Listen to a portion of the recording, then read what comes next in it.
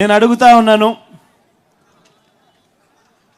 మన ప్రభుత్వానికి ముందు కూడా మీరు చాలా ప్రభుత్వాలు చూశారు. నేను చాలా చిన్నపిల్లోడిని.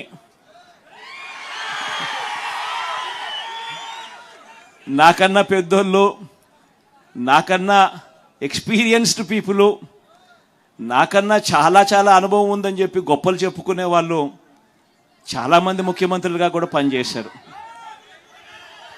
కానీ నేను ఒకటి అడుగుతా ఉన్నా మీ అందరితో కూడా, ఇంతమందిని మీరు చూశారు. మరీ ముఖ్యంగా రాష్ట్రం విడిపోయిన తర్వాత నాకన్నా ముందు 75 ఏళ్ల ముసలాయన కూడా పరిపాలన చేయడం కూడా చూశారు. ఆయన ఏకంగా 14 సంవత్సరాలు ముఖ్యమంత్రిగా పరిపాలన చేశాడు. 3 సార్లు ముఖ్యమంత్రిగా పరిపాలన చేశాడు. మరి అటువంటి గొప్ప గొప్ప పాలనలు కూడా మీరు చూశారు కదా. నేను మిమ్మల్ని అడిగేది ఒకటే అడుగుతా ఉన్నా. నేను చాలా చిన్నోన్ని, నేను చాలా వయసులో కూడా చాలా చిన్నోన్ని కూడా. నేను అడుగుతా ఉన్నా, మరి ఇంత చిన్నోడు చేసిన పనులు ఇదే ఒక గ్రామంలోనే 14 ఏళ్ళు ముఖ్యమంత్రిగా ఎక్స్పీరియన్స్ ఉన్నోళ్ళు ఏ పొద్దుైనా చేశారా అని అడుగుతా ఉన్నా మీ అందరితో కూడా. నగరంటే నాకు గుర్తొచ్చేది మా చేనేత కార్మికులే గుర్తొస్తారు. నేనున్నప్పుడు చాలా వరకు 500 యూనిట్ల కరెంటు కూడా ఉచితంగా ఇచ్చాం. ప్రత్యేకంగా పొల్యూషన్ కోసం కష్టపడ్డాం. ఈ సందర్భంగా చేనేత కార్మికులకు 500 యూనిట్ల కరెంటు ఉచితంగా ఇస్తా. ఇలా 2 చేతులు పైకి ఎత్తాలి. ఇలా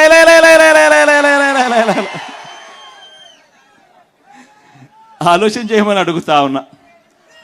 ఈరోజు ఏ రకంగా బ్రతుకులు మారాయి, ఏ రకంగా జీవితాలు మారాయి, ఏ రకంగా వ్యవస్థలోకి మార్పులు తీసుకురాగలిగాము అన్నది ఒక్కసారి గమనించమని చెప్పి కోరుతా ఉన్నా.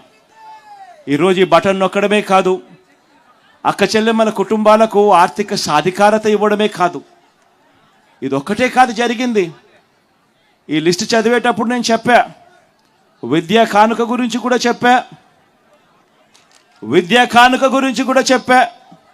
అదే మాదిరిగా ట్యాబుల గురించి కూడా చెప్పా. ఈ విషయాలు చెప్పేటప్పుడు ఇవి కూడా చెప్పా. ఒకసారి ఆలోచన చేయమని అడుగుతా ఉన్నా. గతంలో ఎప్పుడూ జరగని విధంగా ఈరోజు గ్రామాలు బాగుపడ్డాయి. స్కూళ్ళు మారిపోయాయి.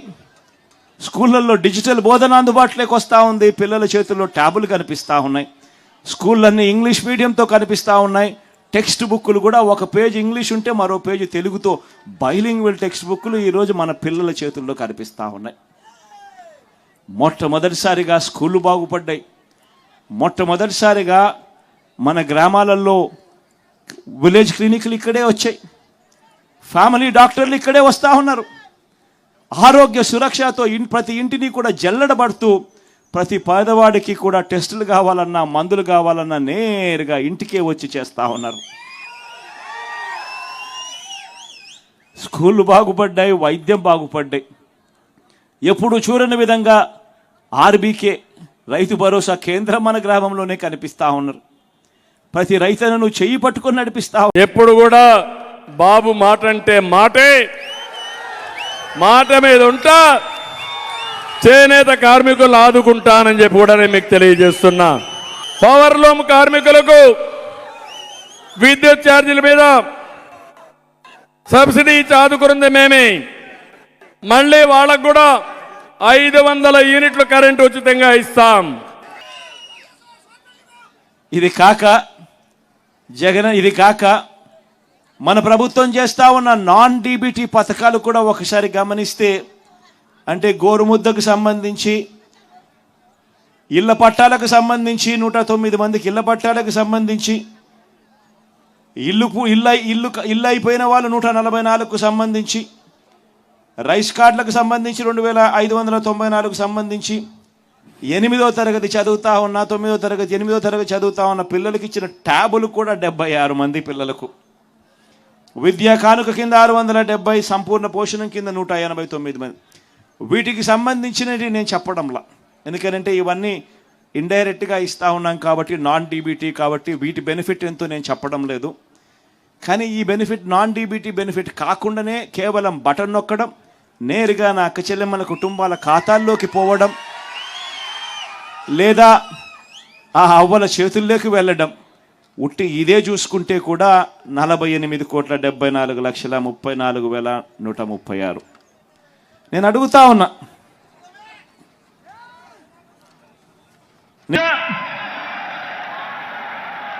ఇప్పుడు చంద్రబాబు నాయుడు గారు ముగ్గురితో కలిసి పొత్తు అని అంటా ఉన్నాడు, 3 పార్టీలతో పొత్తు అని అంటా ఉన్నాడు. ఈ ముగ్గురు కలిసి 2014లో ఇలానే పొత్తుగా ఏర్పడి 2014లో ఒకే స్టేజ్ మీద కూర్చొని వీళ్ళంతా కూడా భాషణలు ఇచ్చారు, మీటింగులు పెట్టారు. ఒకే ప్రకటనలో ఇలా ముగ్గురు ఫోటోలు వేసి ఒకే ప్రకటనలో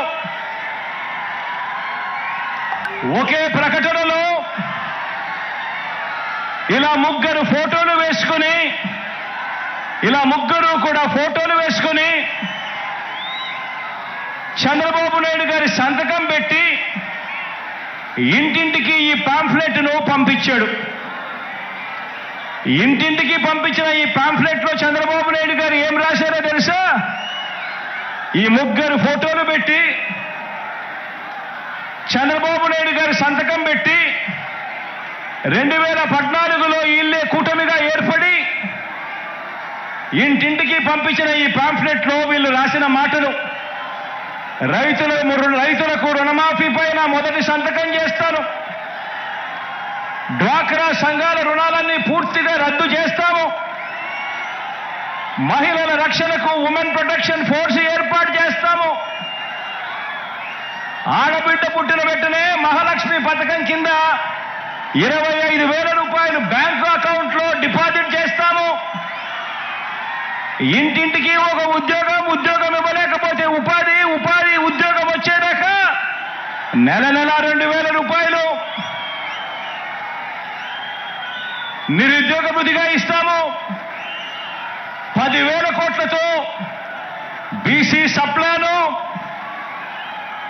చేనేత మరియు పవర్ లూమ్స్ కు సంబంధించిన రుణాలు మాఫీ, అర్హులైనందరికీ కూడా 3 సెంట్ల స్థలం, పక్కా గృహాలు మంజూరు చేస్తాము, రాష్ట్రాన్ని సింగపూర్గా మించి అభివృద్ధి చేస్తాము, ప్రతి నగరంలో హైటెక్ సిటీ నిర్మిస్తాము. ఇదే చంద్రబాబు నాయుడు గారు, ఇదే కూటమిలో ఉన్న ఇదే దత్తపుత్రుడి ఫోటో,